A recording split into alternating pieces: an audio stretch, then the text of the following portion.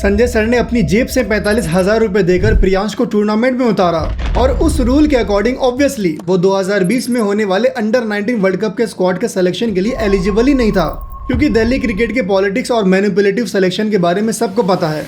IPL 2025 से पहले प्रियांश संजय जी के साथ भोपाल से 20 किलोमीटर दूर रातापानी जंगल में, ये स्कोर कार्ड देखो, टोटल 308 रन। 31 अगस्त 2024 को डीपीएल के इसी मैच में प्रियांश आर्या ने एक ओवर में 6 छक्का मारा था और 40 बॉल में सेंचुरी। पर ये क्या, प्रियांश तो साल 2019 में इंडिया अंडर 19 के लिए खेल रहा था यशस्वी जायसवाल, ध्रुव जुरेल, रवि बिश्नोई जैसे प्लेयर्स के साथ। तो फिर वो 2020 अंडर 19 वर्ल्ड कप क्यों नहीं खेला? क्योंकि प्रियांश को बीसीसीआई का वो रूल पता नहीं था जिसने 2020 अंडर 19 वर्ल्ड कप के लिए उनका दरवाजा बंद कर दिया। तो जहां उस बैच के ज्यादातर प्लेयर्स अब तक इंडिया के लिए खेल चुके हैं, फिर क्यों इस टैलेंट को दुनिया के सामने आने में 5 साल और लग गया? तो क्या है प्रियांश आर्या की पूरी कहानी और क्यों इंडिया को अंडर 19 पर रिप्रेजेंट करने के बावजूद प्रियांश दिल्ली स्टेट टीम के रेगुलर प्लेयर नहीं बन सके? प्रियांश आर्या का जन्म 18 जनवरी 2001 को दिल्ली के अशोक विहार में हुआ।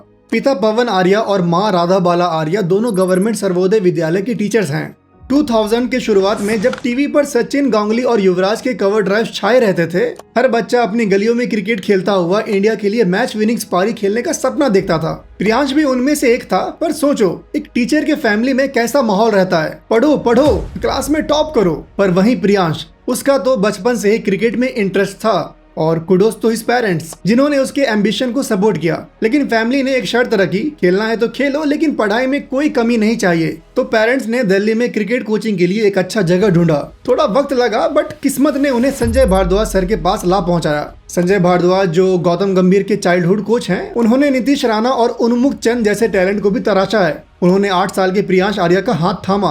पढ़ाई के लिए प्रियांश को अशोक विहार के कुलची हंसराज मॉडल स्कूल में एडमिशन करवा दिया।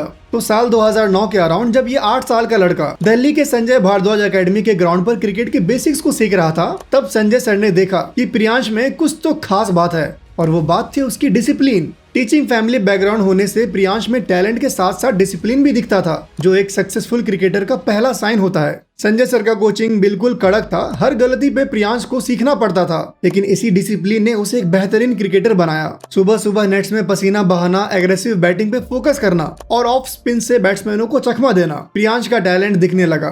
दिल्ली के जूनियर सर्किट्स में लोग बोलने लगे, ये लड़का कुछ बड़ा करेगा। प्रियांश अपने इंटरव्यूज में बताते हैं कि संजय सर बच्चों को घंटों नेट्स के पीछे रहकर बैट्समैनों के बैटिंग को ऑब्जर्व करने को कहते थे, और वो बैट्समैन थे गौतम गंभीर, नीतीश राणा और उन्मुक्त चंद। अब सोचो, इससे प्रियांश को कितना कुछ सीखने को मिलता होगा। और यही मैच्योरिटी कहीं न कहीं सीएसके के अगेंस्ट उनके सेंचुरी में दिख रहा था। प्रियांश ने जूनियर और स्कूल लेवल पर अच्छा परफॉर्म करके दिल्ली के अंडर 14 टीम में अपना जगह बना लिया था। वो लगातार अच्छा परफॉर्म कर रहा था, पर 16 साल की उम्र में दिल्ली अंडर 19 ट्रायल्स के लिस्ट में प्रियांश का नाम नहीं था। जरा सोचो, इतना टैलेंट लेकिन मौका नहीं मिल रहा। तब संजय भारद्वाज ने एक बड़ा कदम उठाया। एक क्लब टूर्नामेंट था जिसमें अंडर 19 सेलेक्टर गुरुशरण सिंह नजर रखे हुए थे। उस टूर्नामेंट में प्रियांश को एंट्री दिलवाया, लेकिन इस टूर्नामेंट की एंट्री फी 45,000 थी।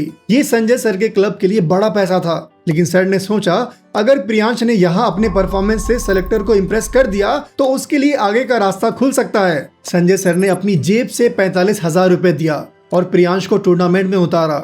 और प्रियांश ने क्या किया, उसने 93 रन की जबरदस्त इनिंग्स खेली। गुरुशरण सिंह ने देखा और प्रियांश को दिल्ली अंडर 19 के कूच बिहार ट्रॉफी स्क्वाड में सेलेक्ट कर लिया। ये था वो पल जब संजय सर का सैक्रिफाइस रंग लाया। कूच बिहार ट्रॉफी में प्रियांश ने गजब का परफॉर्मेंस किया।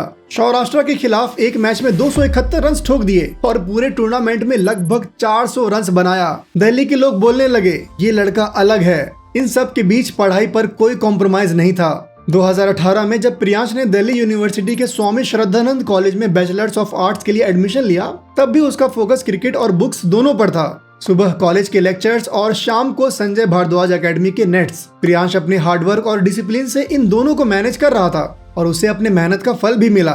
पढ़ाई में नहीं, क्रिकेट में ही। प्रियांश का इंडिया अंडर 19 टीम में सिलेक्शन हुआ। इंडिया अंडर 19 के लिए खेलना हर बडिंग क्रिकेटर के लिए एक बड़ा स्टेपिंग स्टोन होता है। इसके बाद अंडर 19 वर्ल्ड कप में अच्छा परफॉर्मेंस हुआ, देन आगे कई दरवाजे खुल जाते हैं।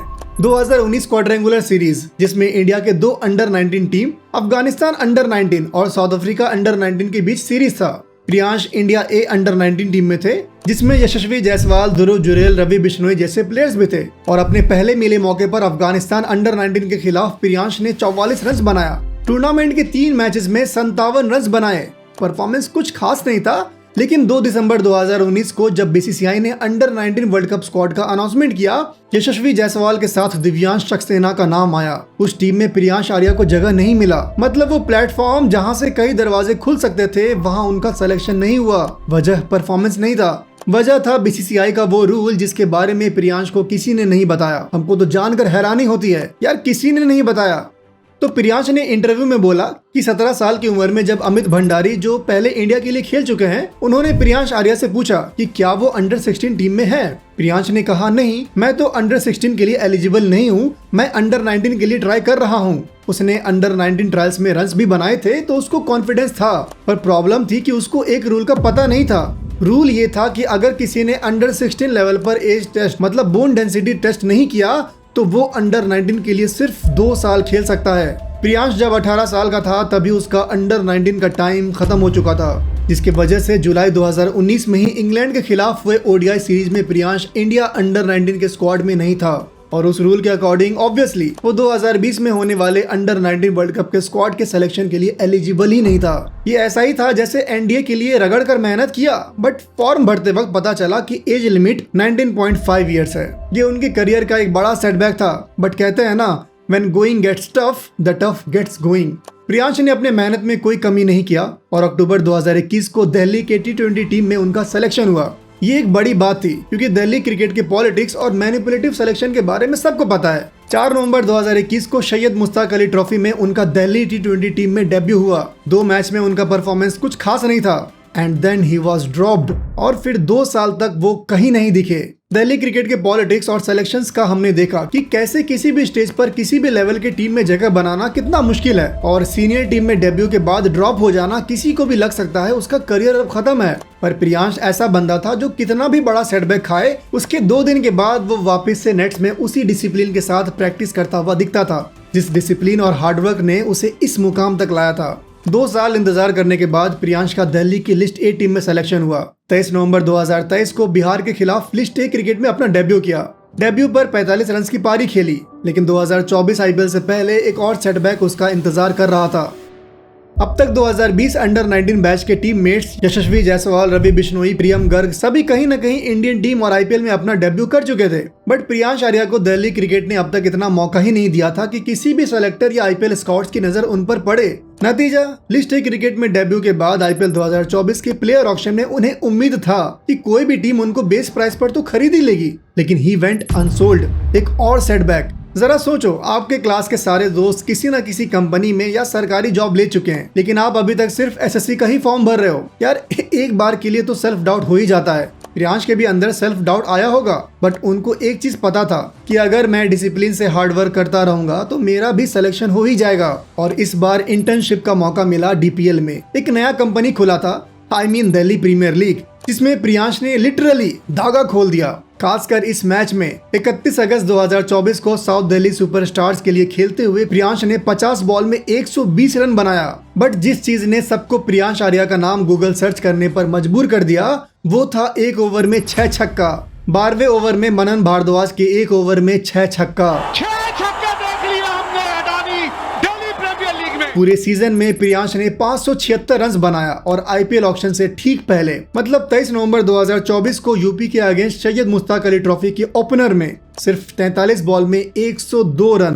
भुवनेश्वर कुमार और पीयूष चावला जैसे एक्सपीरियंस्ड बॉलिंग अटैक के सामने ये रन आया था and that was it. IPL के स्काउट्स की नजर प्रियांश पर पड़ी, यहाँ तक कि क्रिकेट एनालिस्ट अश्विन अन्ना ने ये तक कह दिया, Priyansh Arya is number 1 batsman right now, और फ्रेंचाइज उस पर जोरदार बोली लगाएगी। और ऐसा ही हुआ। Next up is 269. This is Priyansh Arya. Auction के दूसरे दिन 25 नवंबर 2024 को 30 लाख के बेस प्राइस वाले प्रियांश आर्या को पंजाब किंग्स ने 3.8 करोड़ में अपनी टीम में शामिल कर लिया। I am selling them to the Punjab Kings at 3 crore 80 lakh. और गया भी किस टीम में? श्रेयस अय्यर की टीम में, जिसने प्रियांश के ट्रू पोटेंशियल को पहचाना और कहा कि तुम 14 का 14 मैच खेलोगे। वैसे सारा मैच कहना चाहिए था, खैर, लेकिन प्रियांश ने जो दिलेरी दिखाई है, कोई भी बॉलर हो, कोई भी सिचुएशन हो, वो बंदा अपने शॉट्स खेलने से पीछे नहीं हटता। पर संजय भारद्वाज जी का कंट्रीब्यूशन, जिसके बारे में सबको पता होना चाहिए कि आईपीएल 2025 और डीपीएल 2024 दोनों टूर्नामेंट से पहले प्रियांश संजय जी के साथ उनके गुरुकुल स्टाइल कैंप में ट्रेनिंग करते थे। भोपाल से 20 किलोमीटर दूर रातापानी जंगल में ये हॉस्टल लाइक कैंप था। दिन में 12 घंटे की ट्रेनिंग, कोई फोन नहीं, सादा खाना जो चूल्हा पर पकता था। ये बातें इसीलिए बता रहे हैं कि सबको पता चले, सक्सेस सिर्फ सोचने से नहीं आता है। जो तुम शॉट्स और परफॉर्मेंस टीवी पर देखते हो, उस पर बिहाइंड द सीन कितना काम होता है, ये सबको पता होना चाहिए। आईपीएल 2025 शुरू हुआ और पहले मैच में गुजरात टाइटंस के खिलाफ अपने दूसरे बॉल पर ही इंडिया के one of the best bowler Mohammed Siraj के अगेंस्ट एक एग्रेसिव शॉट। उस मैच में प्रियांश ने 23 बॉल में 47 रन बनाया और एक स्टेटमेंट दिया कि I am here to stay. अगले मैच में एलएसजी के अगेंस्ट सिंगल डिजिट स्कोर और उसके नेक्स्ट मैच में गोल्डन डक। पर जैसा मैंने पहले कहा कि बंदा सेटबैक के बाद अपने एबिलिटी और अपने शॉट में सेल्फ डाउट आने ही नहीं देता है। उसे पता था कि पिछले 2 मैच से उसका एग्रेसिव शॉट सिलेक्शन उसके लिए रिस्की साबित हो रहा है, बट अगले मैच में सीएसके के अगेंस्ट वापिस से पहले बॉल पर छक्का और उस मैच में भाई ने 39 बॉल में सेंचुरी जड़ दिया और फास्टेस्ट सेंचुरी के इस लिस्ट में शामिल हो गया। एसआरएच के अगेंस्ट मैच में बंदे ने तो 276 के स्ट्राइक रेट से बल्लेबाजी किया है और अभी तो बस शुरुआत है। ऐसा ही शुरुआत विघ्नेश पुथुर का भी है। उसकी पूरी स्टोरी जानने के लिए यहाँ क्लिक करिए।